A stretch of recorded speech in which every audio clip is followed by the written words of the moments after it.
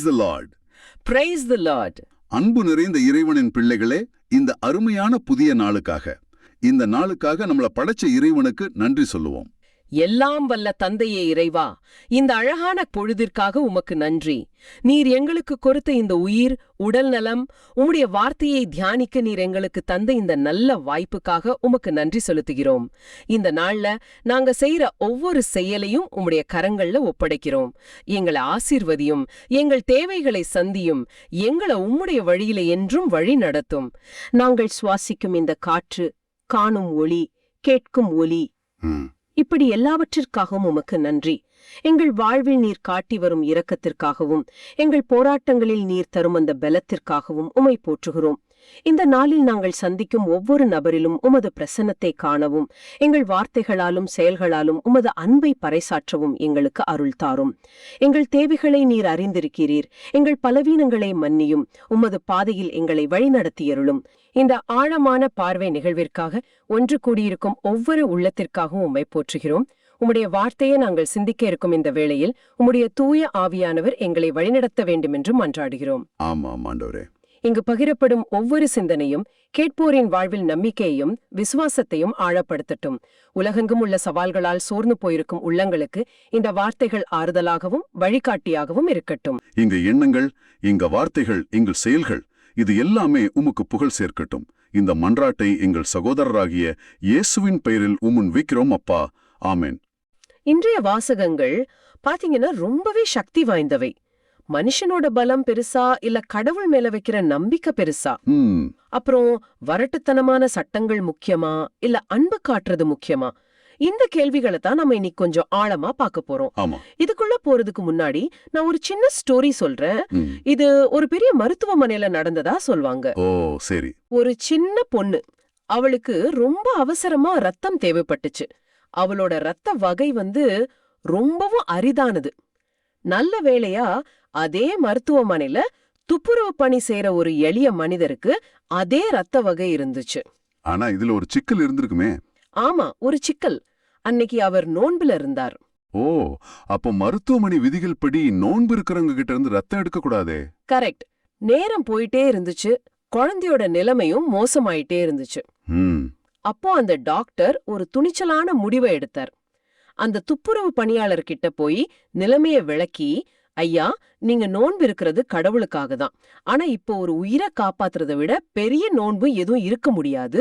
நீங்க சம்மதிச்சா உங்க ரத்தத்தை எடுத்து இந்த குழந்தைய காப்பாத்தலான்னு சொன்னார். அந்த நல்ல மனிதர் என்ன சொன்னார்? அவர் உடனே ஒத்துக்கிட்டார். ரத்தம் கொடுத்தாங்க. அந்த பெண் குழந்தை காப்பாற்றப்பட்டாள். இங்க என்ன நடந்துச்சு? ஒரு விதிமுறை மீறப்பட்டது, ஆனா ஒரு உயிர் காப்பாற்றப்பட்டது. சட்டத்தை விட மனிதாபிமானம் ஜெயிச்சது. அதேதான். இந்த சிந்தனையோட நாம இன்றைய இறைவார்த்தைக்குள்ள போகலாம். ரொம்ப அருமையான ஸ்டோரி. இதுதான் இன்றைய வாசகங்களோட மையப்புள்ளின்னே சொல்லலாம். இன்னைக்கு நம்ம ஆழமான பார்வையில உங்களுக்காக 3 வாசகங்களை எடுத்திருக்கோம். முதல்ல சாமுவேல் முதல் நூலிலிருந்து தாவீதுங்கிற ஒரு சின்ன பையன் கோலியாத்துங்கிற ஒரு ராட்சசனை ஜெயிச்ச ஒரு ஆச்சரியமான நிகழ்வு. இரண்டாவதா மார்க்கு நற்செய்தியில ஓய்வு நாள் சட்டத்தை மீறி இயேசு ஒருத்தரை குணமாக்கணும் ஒரு புரட்சிகரமான நிகழ்வு. ஆமா. இந்த ரெண்டுக்கும் நடுவுல இந்த உணர்வுகளை அப்படியே பிரதிபலிக்கிற ஒரு திருப்பாடல். இந்த 3 ஒன்னா சேர்ந்து உங்ககிட்ட என்ன பேசுதுன்னு ஆழமா அலசுவோம். சரி, அப்போ வாசகத்துல இருந்தே ஆரம்பிக்கலாமா? ஃபர்ஸ்ட் சாமுவேல் 17ஆம் அதிகாரம். இன்னைக்கு வாசகத்தோட ஆன்மாவை புரிஞ்சுக்க ஒரு சின்ன ஸ்டோரி சொல்லலாம்னு நினைக்கிறேன். சொல்லுங்க. ஒரு பள்ளியில மாவட்ட அளவிலான சதுரங்க போட்டி நடந்தது. ஒரு சின்ன அரசு பள்ளியைச் சேர்ந்த ஒரு மாணவன் இறுதிப் போட்டிக்கு தகுதி பெற்றான். சரி. அவனை எதிர்த்து ஆட வந்தது யாருன்னா, பல வருஷமா சாம்பியன் பட்டம் வென்ற ஒரு பெரிய புகழ்பெற்ற பள்ளியை சேர்ந்த மாணவன். ஓஹோ, அப்ப போட்டி ரொம்ப கடுமையா இருந்திருக்கும். ஆமா. அந்த சாம்பியன் மாணவனுக்கு பின்னாடி பெரிய பயிற்சியாளர்கள், நவீன உத்திகள்னு ஒரு பெரும் பலமே இருந்துச்சு. ஆனா இந்த பையன்கிட்ட இருந்தது என்னன்னா, அவனோட தன்னம்பிக்கையும் அவங்க தாத்தா சொல்லி கொடுத்த சில பழைய யுக்திகளும் தான். அதாவது அனுபவம் மட்டும்தான் அவன் பக்கம் இருந்துச்சு. ஆமா. எல்லோரும் அவன் தோத்துடுவான்னு தான் நினைச்சாங்க. ஆனா அந்த சிறுவன் கொஞ்சம் கூட பதற்றப்படாம தனக்கு தெரிஞ்சதை வச்சு ரொம்ப தைரியமா விளையாடி அந்த போட்டியில ஜெயிச்சிட்டான். அப்படியா? அவனுடைய பலம் அவனோட திறமையில மட்டும் இல்ல, அவனுக்கு வழிகாட்டியவர் மேல அவன் வச்சிருந்த நம்பிக்கையில இருந்தது. இந்த நிகழ்வு போலதான் இன்றைய வாசகமா அமைய போகுது. அருமை. இன்று நாம் பார்க்க போகும் வாசகம் சாமுவேல் முதல் நூலிலிருந்து எடுக்கப்பட்டது. சிறுவன் தாவீது மாவீரன் கோலியாத்தை எதிர்கொண்ட ஒரு உலக புகழ்பெற்ற நிகழ்வு. ஆமா, இந்த ஆழமான பார்வையில இதன் உள்ளர்த்தங்களை நாம ஒன்னா ஆராயலாம். இந்த நிகழ்வோட தொடக்கமே, ஒரு பக்கம் கோலியாத்துங்கிற அந்த மாபெரும் வீரன் இஸ்ரேல் படைய தினமும் இழுந்துட்டு இருக்கான். அரசர் சவுல் உட்பட மொத்த படையும் பயந்து நடுங்கிட்டு இருக்கு. அந்த சூழல்ல தான் தாவீது வர்றான். ஆமா, அவனோட அண்ணங்களுக்கு உணவு கொண்டு வந்த அந்த சின்ன பையன் தாவீது நேரா அரசர் சவுல் கிட்ட போய் ஒரு வார்த்தை சொல்றான். இவன் பொருட்டு யாருடைய இதயமும் கலங்க வேண்டாம், அடியானாகிய நானே சென்று அந்த பிலிஸ்தீனோடு போரிடுவேன். நினைச்சு பார்க்கவே முடியல, ஒரு சின்ன பையன் சொல்ற வார்த்தையா இது? ஆமா, இதை கேட்ட சவுலோட பதில்தான் இந்த உலகத்தோட குரலாவே ஒலிக்குது. கரெக்ட். அவர் உடனே தாவீத பார்த்து, உன்னால அவனோட போரிட முடியாது, நீயோ இளையன், அவனோ தன் இளவயது முதல் போர் பயிற்சி உள்ளவன் அப்படின்னு சொல்றாரு. இது ஒரு சாதாரண மறுப்பு இல்லையா? இது ஒரு மதிப்பீடு. ஆமா, அனுபவம், வயசு, உடல் தகுதி, ஆயுத பலம், இதை எல்லாம் வச்சு இந்த உலகம் ஒருத்தரோட திறனை அளக்குது.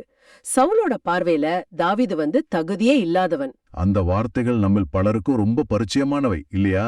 நிச்சயமா. ஒரு புது வேலையை தேடும் போதோ இல்ல ஒரு புது பொறுப்பை ஏத்துக்கும் போதோ உனக்கு அனுபவம் பத்தாது, நீ இன்னும் சின்ன பையன், இதை செய்ய உன்னால முடியாதுங்கிற மாதிரி குரல்களை நாம வெளியே இருந்தோம், சில சமயம் நமக்குள்ள இருந்து கூட கேட்டிருப்போம். ஆமா, சவுலோட சந்தேகம் இன்னைக்கு நாம சந்திக்கிற பலரோட சந்தேகத்தோட பிரதிபலிப்பு தான். சவுல் லூச்சதுல ஒரு தர்க்கம் இருக்கு, அதுல தப்பு சொல்ல முடியாது. ஆமா, ஒரு போர்க்களத்துல நல்ல பயிற்சி பெற்ற நாவீரனுக்கு முன்னாடி ஒரு ஆடு மேய்க்கிற சின்ன பையனை நிறுத்துறது உலக தர்க்கத்தின்படி ஒரு தற்கொலைக்கு சமம். இதுதான் உலகின் வழி. ஒரு பெரிய சவால, ஒரு நோய, ஒரு கடன் சுமைய நம்ம சந்திக்கும் போது நம்ம கையில இருக்கிற பணத்தை, நம்ம படிப்பை, நம்ம தொடர்புகளை கணக்க பண்ணி ஐயோ நம்மால இதை சமாளிக்க முடியாதே அப்படின்னு நாமே முடிவெடுக்கிறது மாதிரி தான் சவுலோட செயல். ஆனா தாவீதோட பதில் அந்த உலக தர்க்கத்தை அடியோடு உடைச்சிடுது. ஆமா, அவன் தன் பலத்தையோ திறமையோ பத்தி பேசவே இல்ல.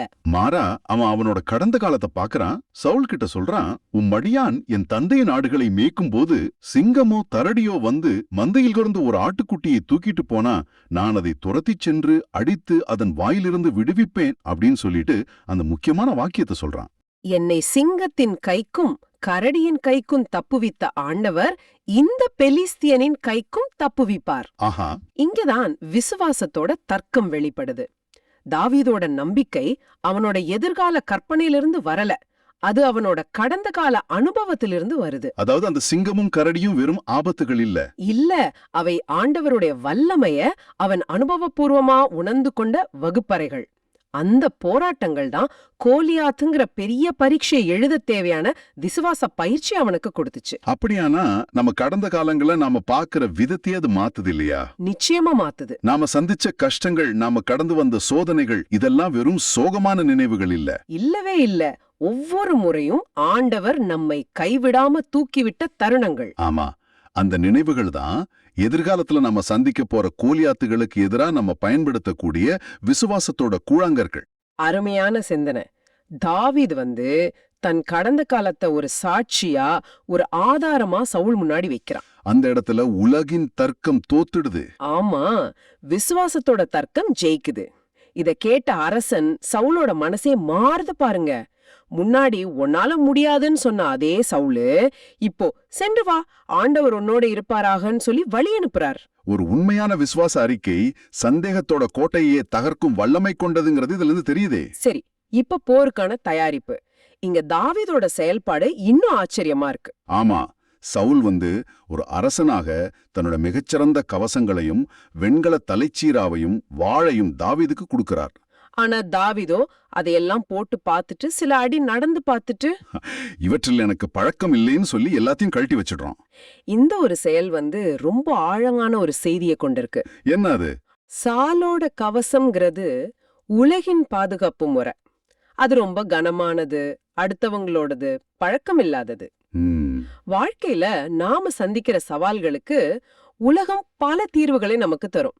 இந்த வழியை பின்பற்று, இந்த ஆள போய்ப்பார், இப்படி செஞ்சா வெற்றி நிச்சயம்னு பல கவசங்களை நமக்கு மாட்டிவிட முயற்சி பண்ணும். ஆனா தாவீது நமக்கு என்ன கத்து கொடுக்கறான்னா, அடுத்தவங்க தர்ற ஆடம்பரமான ஆனா நமக்கு ஒத்து வராத ஆயுதங்களை நம்புறதை விட ஆண்டவர் நமக்கு தந்திருக்கிற எளிமையான ஆனா நமக்கு பழக்கமான திறமைகளை நம்புறதுதான் உண்மையான பலம். அந்த எளிமையான ஆயுதங்கள் என்னென்ன?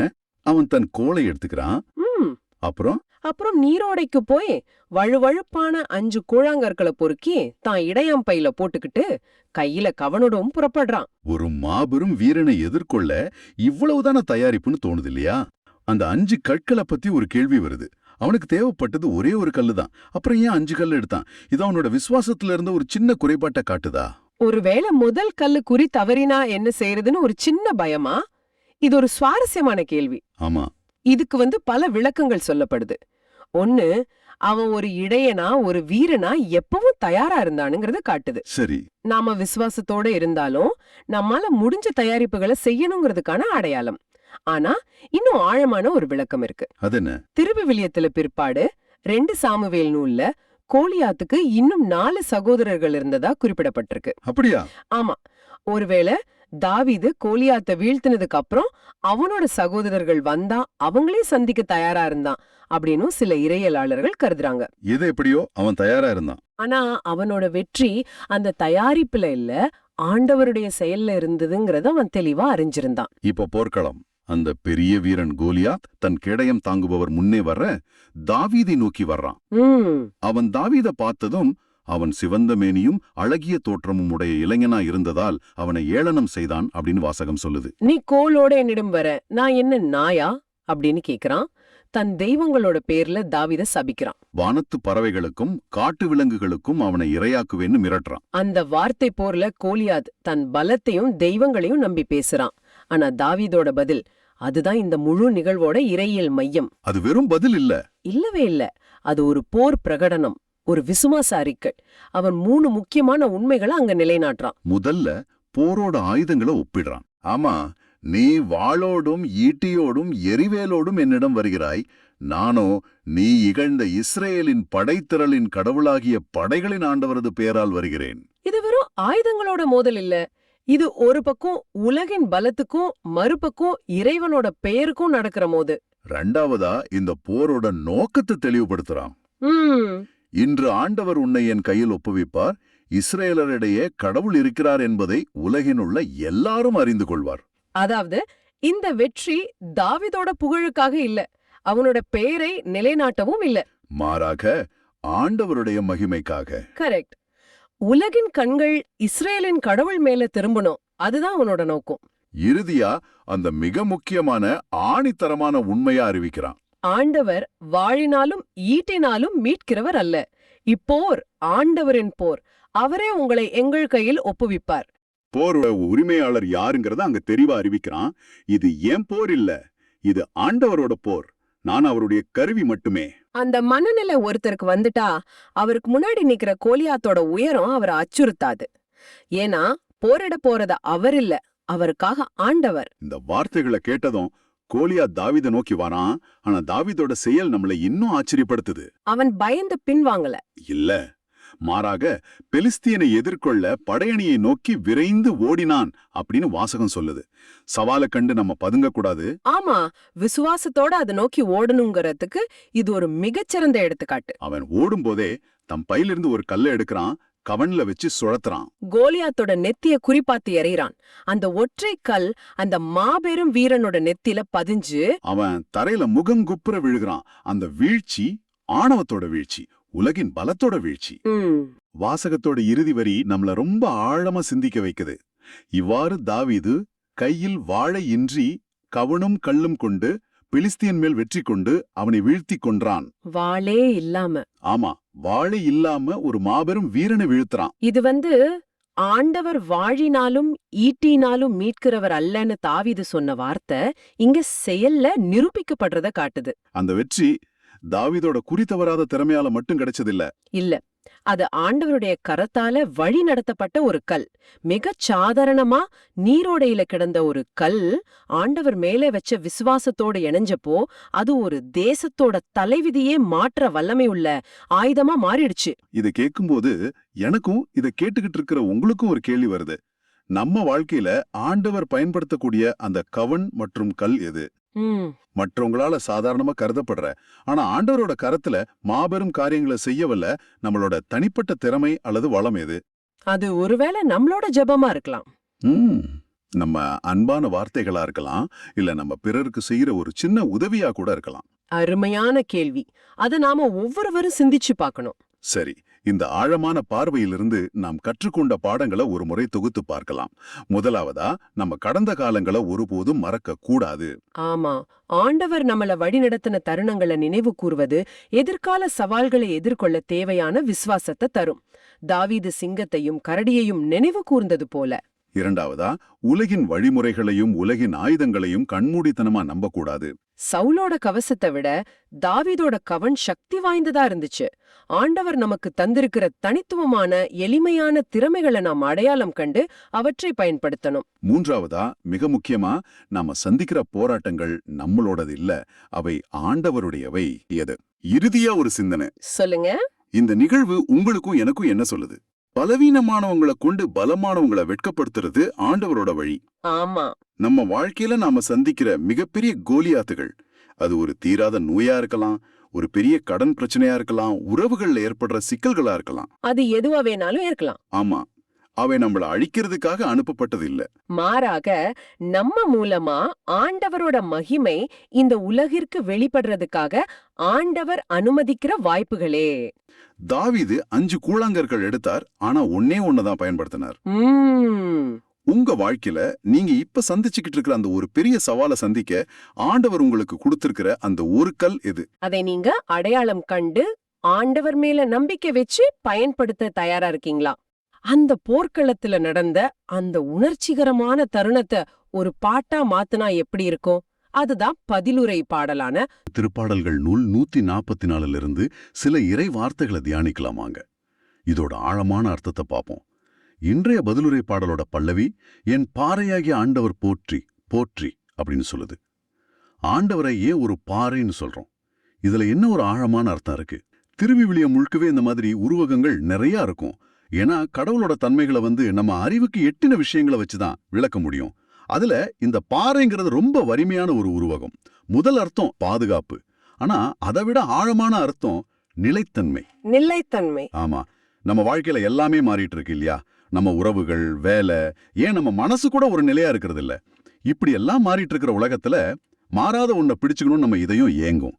ஆண்டவர் மட்டும்தான் நேற்றும் இன்றும் என்றும் மாறாதவர். ஆமாம், அவர் அந்த மாறாத உறுதியான அடித்தளம். புயல் அடிச்சாலும் வெள்ளம் வந்தாலும் பாறை மேல கட்டப்பட்ட வீடு எப்படி அசையாதோ அப்படி நம்ம வாழ்வு அவர் மேல இருந்தா நாமளும் அசைக்கப்பட மாட்டோம். ஆமா, பாலைவனத்துல இஸ்ரேல் மக்கள் தண்ணீருக்காக தவித்தப்போ மோசே பாறையை அடிச்சதும் அதுல இருந்து தண்ணீர் வந்த நிகழ்வு ஞாபகத்துக்கு வருது. அப்போ அந்த பாறை பாதுகாப்பா மட்டும் இல்ல, அவங்க தாகம் தீர்க்கிற ஜீவ ஊற்றாவும் இருந்திருக்கு. மிகச் சரியா சொன்னீங்க. அவர் நம்மள பாதுகாக்கிற பாறை மட்டும் இல்ல, நம்ம ஆன்மாவோட தாகத்தை தீர்க்கிற ஜீவ தண்ணீரை தர பாறையும் அவரே.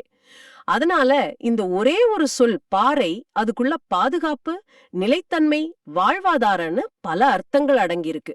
சரி, அப்படியானால் முதல் வசனத்துக்குள்ள போகலாம். என் பாறையாகிய ஆண்டவர் போற்றி போற்றி போரிட என் கைகள் பயிற்சி அளிப்பவர் அவரே, போரிட என் விரல்களை பழக்குபவர் அவரே. இது கேட்கறதுக்கு ஒரு போர் வீரரோட வார்த்தைகள் மாதிரி இருக்கே. நம்மளோட இன்றைய ஆன்மீக வாழ்வுக்கு இது எப்படி பொருந்தும்? ஆம், இந்த திருப்பாடலை எழுதின தாவீது அரசர் தன் வாழ்நாள்ல எண்ணற்ற போர்க்களங்களை சந்திச்சவர். கோலியாத் மாதிரி பெரிய எதிரிகளை வென்றவர். அதனால அவர் தன்னோட சொந்த அனுபவத்தில இருந்துதான் இதை எழுதுறார். ஆனா திருவிவிலியோட வார்த்தைகள் பாத்தீங்கன்னா அது ஒரு காலத்துக்கு மட்டும் இல்ல, எல்லா காலத்து மக்களுக்கும் அது பேசுது. நிச்சயமா. நாம இன்னைக்கு வாடையும் கேடயத்தையும் தூக்கிட்டு போர் செய்யல, ஆனா அதை விட கடினமான ஆன்மீக போராட்டங்களை நம்ம ஒவ்வொரு நாளும் சந்திக்கிறோம். அந்த ஆன்மீக போராட்டங்கள் அப்படின்னு சொல்றது எதை கான்கிரீட்டா சொல்றீங்க? அதாவது தீமை செய்ய தூண்டுற எண்ணங்களுக்கு எதிரான போராட்டம், சோதனை வரும்போது துவண்டு போகாம இருக்க போராட்டம், மத்தவங்க நம்மள காயப்படுத்தும் போது அவங்கள மன்னிக்கிறதுக்கான போராட்டம், நம்ம கிட்ட இருக்கிற பெருமை, கோபம், இதுக்கெல்லாம் எதிரான போராட்டம். இப்படி நம்ம வாழ்க்கையோட ஒவ்வொரு கணமும் ஒரு போராட்ட களம்தான். இந்த போராட்டங்கள்ல நம்ம தனியா இல்ல, ஆண்டவரே நமக்கு பயிற்சி தரார். இதுல கைகளுக்கு பயிற்சி அளிப்பவர், விரல்களை பழக்குபவர் அப்படின்னு 2 விஷயம் சொல்லியிருக்கு. இதுக்குள்ள என்ன வேறுபாடு? ஏன் இவ்ளோ நுணுக்கமா சொல்லணும்? இதுதான் இந்த வசனத்தோட அழகு. கைகள்ங்கிறது பொதுவா பெரிய வலிமையான செயல்களை குறிக்கும் இல்லையா? ஆமா. நம்ம வாழ்க்கையில வர்ற பெரிய சவால்கள், அதாவது ஒரு கொடிய நோய், திடீர்னு வேலை இழப்பு, ஒரு நெருங்கியவரோட மரணம், இந்த மாதிரி பெரிய புயல்களை சந்திக்க கடவுள் தர்ற பலத்தையும் ஞானத்தையும் தான் கைகளுக்கு பயிற்சின்னு சொல்றோம். ஓ, புரியுது. அப்போ விரல்களை பழக்குவது அப்படிங்கிறது? விரல்கள் ரொம்ப நுணுக்கமான துல்லியமான வேலைகளுக்கு பயன்படும். ஒரு வீணை வாசிக்கிறது மாதிரி. இது நம்ம அன்றாட வாழ்க்கையில சந்திக்கிற சின்ன சின்ன ஆனா ரொம்ப முக்கியமான சவால்களை சமாளிக்க ஆண்டவர் உதவுறத குறிக்குது. உதாரணத்துக்கு?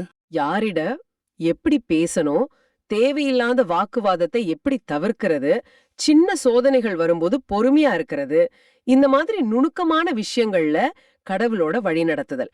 ஆக பெரிய புயலா இருந்தாலும் சரி, சின்ன சின்ன சவால்களா இருந்தாலும் சரி, ரெண்டுக்குமே பயிற்சி தர்றவர் நம்ம ஆண்டவர் தான்.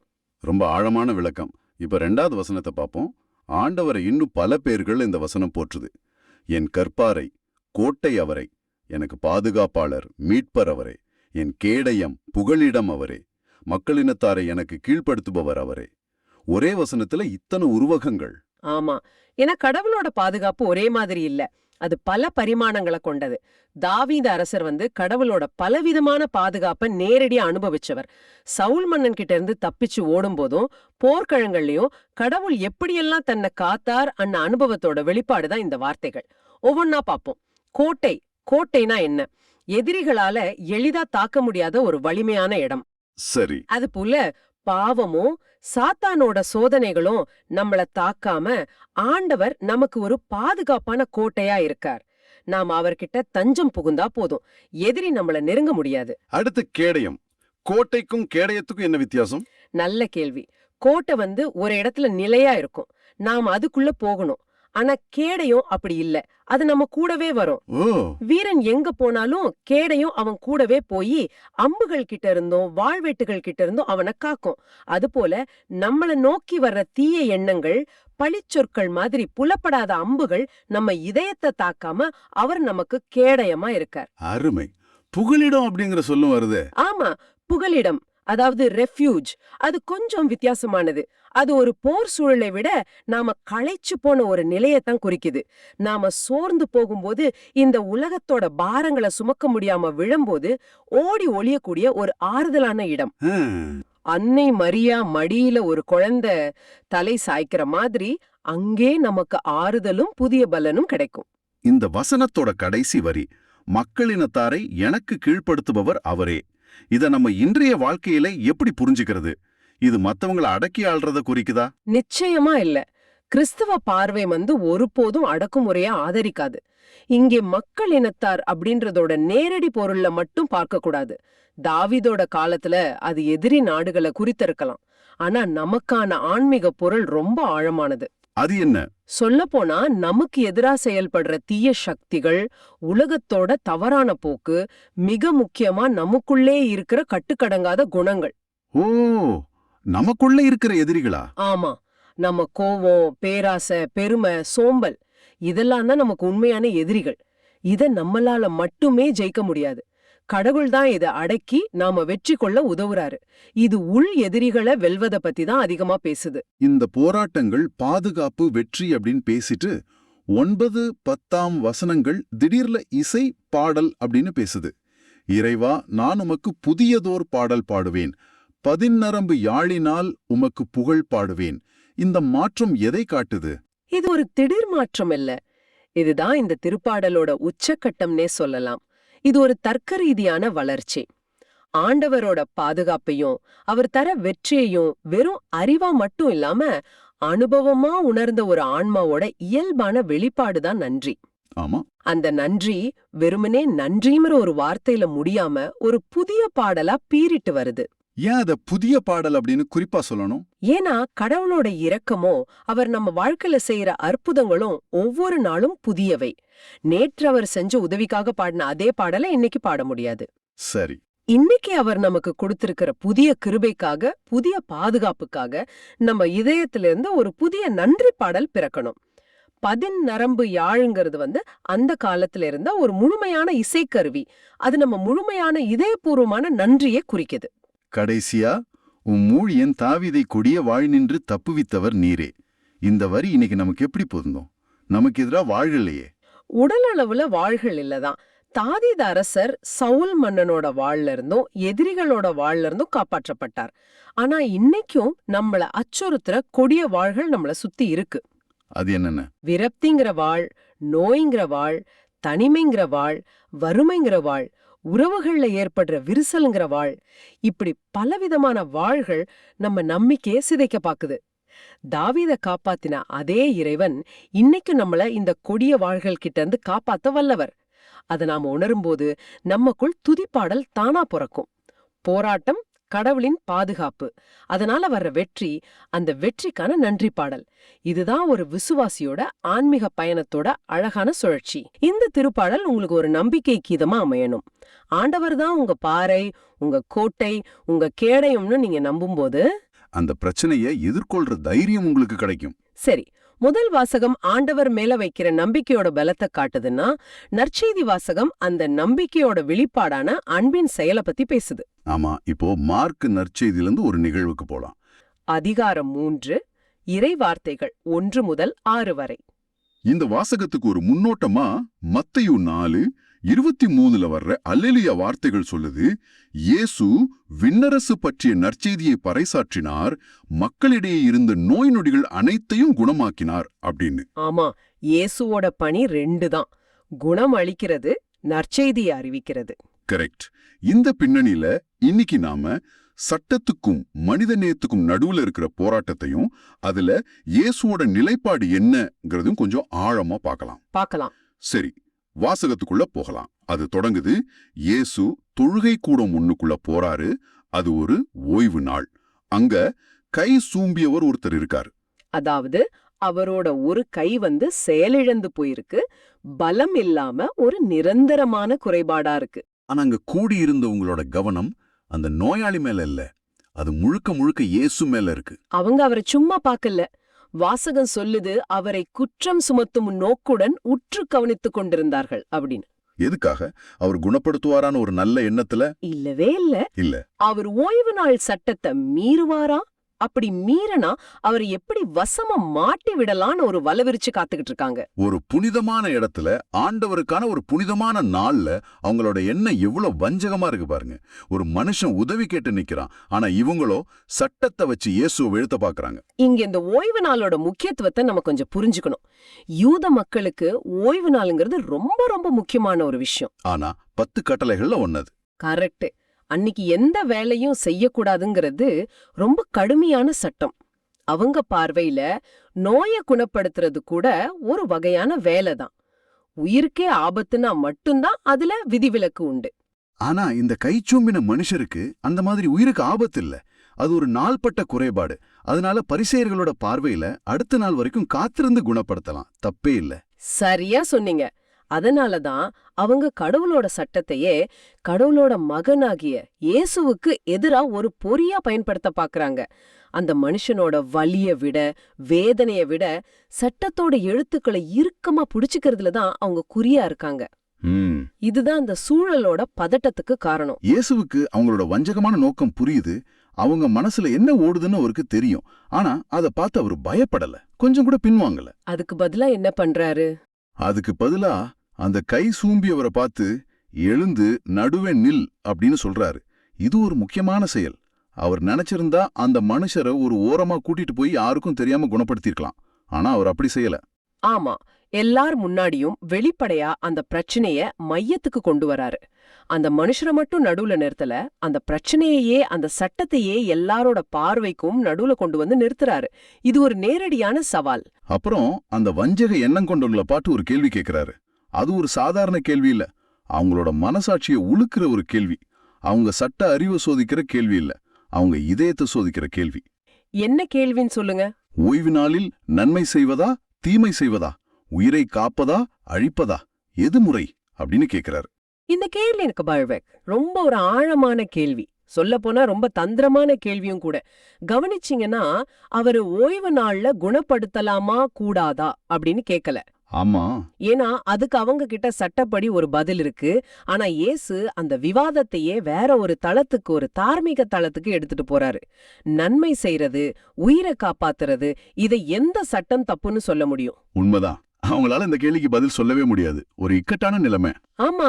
ஓய்வு நாள்ல நன்மை செய்யறதுதான் முறைன்னு அவங்க வாய் திறந்து சொல்லிட்டா, இயேசு அந்த மனுஷரை குணப்படுத்துறத அவங்க ஏத்துக்கிட்ட மாதிரி ஆயிடும். மறுபக்கம் தீமை செய்யலாம், உயிரை அழிக்கலாம்னு அவங்களால சொல்லவே முடியாது. அப்படி சொன்னா அவங்களோட கெட்ட எண்ணம், இரக்கமில்லாத குணம் எல்லாம் வெளிப்பட்டுடும். அவங்க மாய்மாலம் அம்பலமாகிடும். அதனாலதான் வாசகம் சொல்லுது, அவர்களோ பேசாதிருந்தார்கள் அப்படின்னு. அவங்களோட அந்த மௌனமே அவங்க பிடிவாதத்துக்கும் வஞ்சகத்துக்கும் மிகப்பெரிய சாட்சியா மாறிடுது. அவங்களோட இந்த மௌனத்தை கண்ட இயேசுவோட மனநிலைய அடுத்த வசனம் ரொம்ப அழகா பதிவு செய்யுது. அவர் சினத்துடன் அவர்களை சுற்றிலும் திரும்பி பார்த்து அவர்களுடைய பிடிவாத உள்ளத்தை கண்டு வருந்தி. இங்க 2 வலுவான உணர்ச்சிகளை பாக்குறோம். ஒன்னு சினம், அதாவது கோபம். இன்னொன்னு வருத்தம். ஆமா, இயேசுவுக்கு கோபம் வருது. நாம பொதுவா இயேசுவ சாந்த சுரூபியாதானே பாக்குறோம். ஆனா இங்க அவர் கோபப்படுறாரு. ஆனா இது ஒரு தனிப்பட்ட பழிவாங்கிற கோபம் இல்ல. இது ஒரு புனிதமான கோபம். கடவுளோட பேர்ல, சட்டத்தோட பேர்ல மனிதநேயம் நசுக்கப்படுறத பார்க்கும்போது வர்ற ஒரு நீதியான கோபம் அது. கரெக்ட். இரக்கமே இல்லாத அந்த கடினமான பிடிவாதமான உள்ளங்களை காத்து அவருக்கு கோபம் வருது. அதே நேரத்துல வருத்தமும் படுறாரு. அவங்களோட ஆன்மீக குருட்டுத்தனத்தை பார்த்து கடவுளோட அன்பை இவங்களால புரிஞ்சுக்க முடியலையேன்னு அவர் மனசு வருந்துறாரு. இந்த கோபமும் வருத்தமும் கலந்த ஒரு மனநிலையில தான் அந்த அற்புதத்தை செய்யறாரு. அந்த கோபத்துக்கு பிறகும் அவர் செய்யறது ஒரு அன்பின் செயல்தான். அதுதான் இங்க முக்கியம். ஆமா, அவர் அவங்கள தண்டிக்கல. அதுக்கு பதிலா அந்த மனுஷரை பார்த்து கைய நீட்டு அப்படின்னு சொல்றாரு. அவரும் ஆண்டவர் மேல நம்பிக்கை வச்சு நீட்டுறாரு. அவ்வளவுதான். அவருடைய கை மீண்டும் நலமடைகிறது. ஆமா, சோம்பி போயிருந்த அந்த கை இயேசுவோட ஒரே ஒரு வார்த்தையில முழுமையான நலனை பெறுது. இங்கதான் இயேசு சட்டத்தோட உண்மையான நோக்கத்தை நிலைநாட்டுறாரு இல்லையா? ஓய்வு நாளோட நோக்கம் என்ன?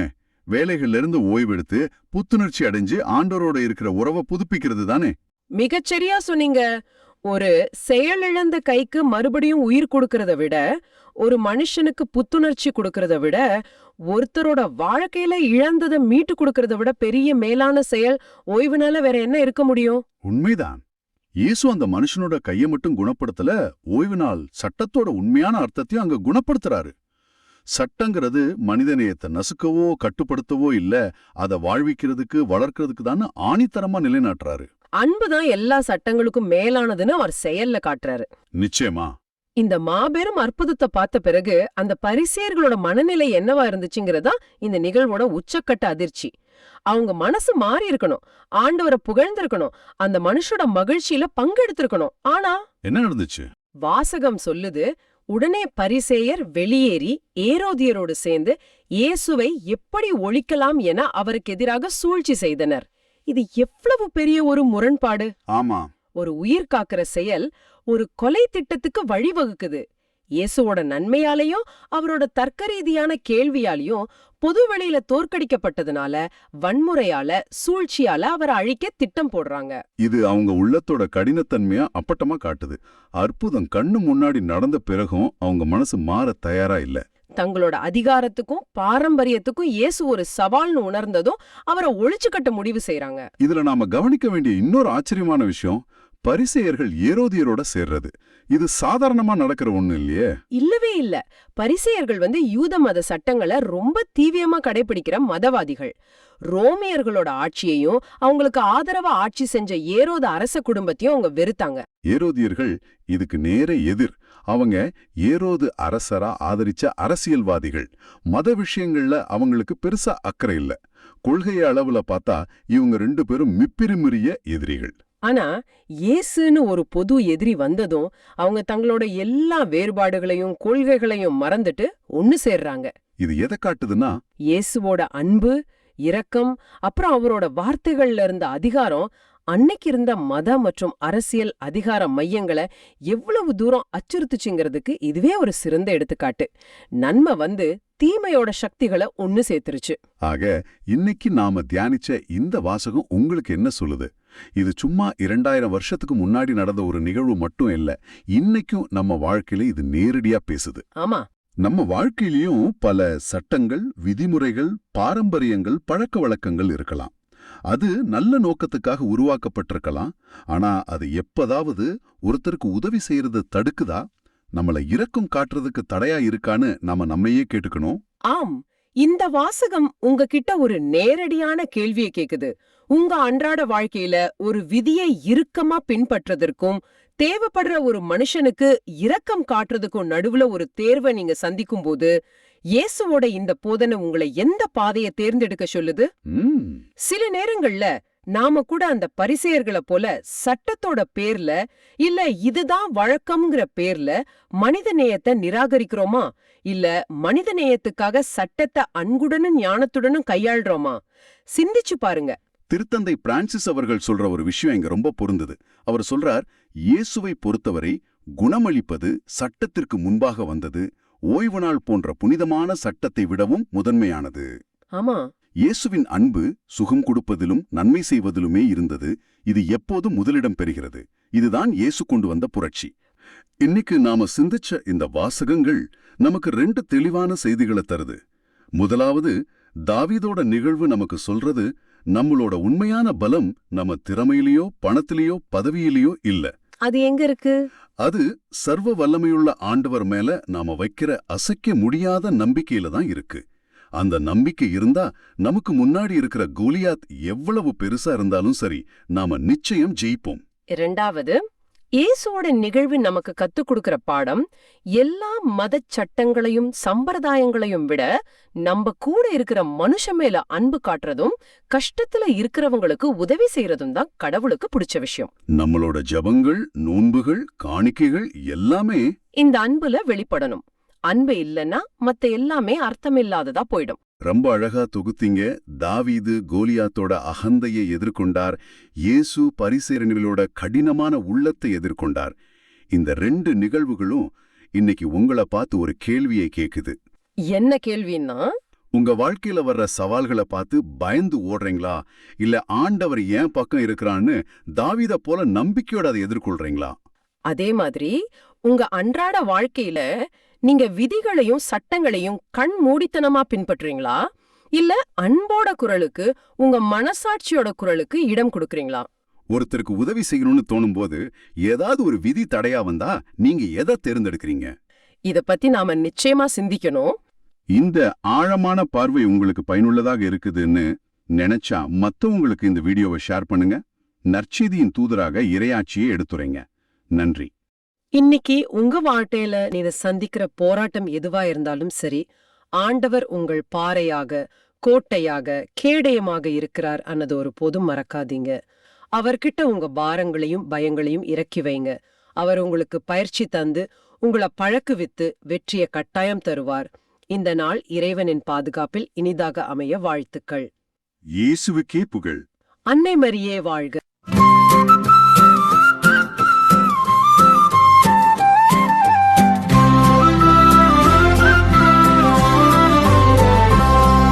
எம்பாறையாகிய ஆண்டவர் போற்றி போற்றி, எம்பாறையாகிய ஆண்டவர் போற்றி போற்றி.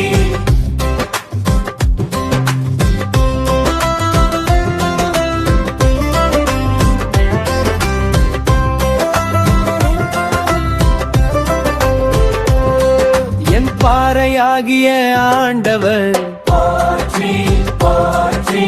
போரிடையன் கைகளுக்கு பயிற்சி அளிப்பவர் அவரே, போர் புரிய என் விரல்களை பழக்குபவரும் அவரே. என் பாறையாகிய ஆண்டவர் போற்றி போற்றி.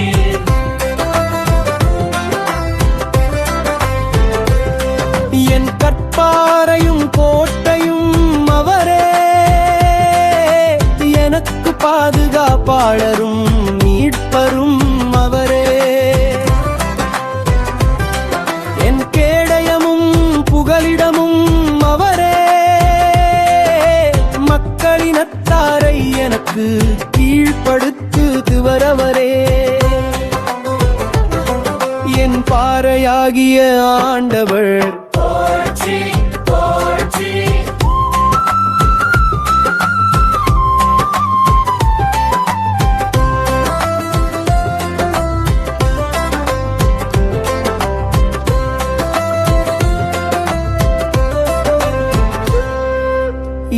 இறைவா நான் உமக்கு புதியதொரு பாடல் பாடுவேன். பதிநரம்பு வீணையால் உமக்கு புகழ் பாடுவேன். அரசர்களுக்கு வெற்றி அளிப்பவர் நீரே, உம் ஊழியர் தாவீதை கொடிய வாணி நின்று தப்புவித்தவரும் நீரே. என் பாறையாகிய ஆண்டவர் போற்றி போற்றி, என் பாறையாகிய ஆண்டவர் போற்றி போற்றி, என் பாறையாகிய ஆண்டவர் போற்றி போற்றி.